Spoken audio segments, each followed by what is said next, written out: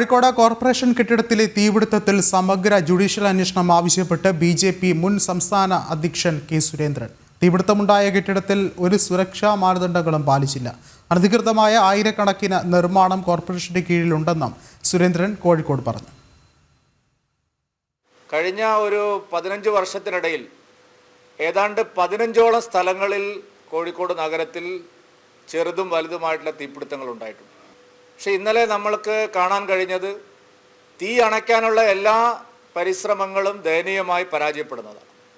തുറസായ ഒരു സ്ഥലത്ത് ഏതാണ്ട് 10 മണിക്കൂറിലധികം വേണ്ടി വന്നു തീ അണയ്ക്കാൻ. തീ അണച്ചതാണോ തീ സ്വയം അണഞ്ഞതാണോ എന്നുള്ള സംശയം പോലും ഇപ്പോൾ ഉണ്ട്. തീ അണച്ചു എന്ന് പറയാൻ കഴിയില്ല. കോഴിക്കോട്ടെ ഇന്നലത്തെ തീപിടുത്തത്തിൽ ഗുരുതരമായിട്ടുള്ള സുരക്ഷാ വീഴ്ച കെട്ടിട നിർമ്മാണത്തിലെ മറ്റ് കോർപ്പറേഷൻ അനുമതികളുടെ കാര്യത്തിൽ അതീവ ഗുരുതരമായിട്ടുള്ള വീഴ്ചയാണ് ഉണ്ടായിരിക്കുന്നത്. തുടർച്ചയായി ഇത്തരം സംഭവങ്ങൾ ആവർത്തിക്കുമ്പോഴും നഗരസഭയും ജില്ലാ ഭരണകൂടവും ഒരു മുൻകരുതലും എടുക്കുന്നില്ല എന്ന് മാത്രമല്ല, വലിയ തോതിൽ അനധികൃതമായിട്ടുള്ള നിർമ്മാണ പ്രവർത്തനങ്ങൾക്ക് ലൈസൻസ് കൊടുക്കുക.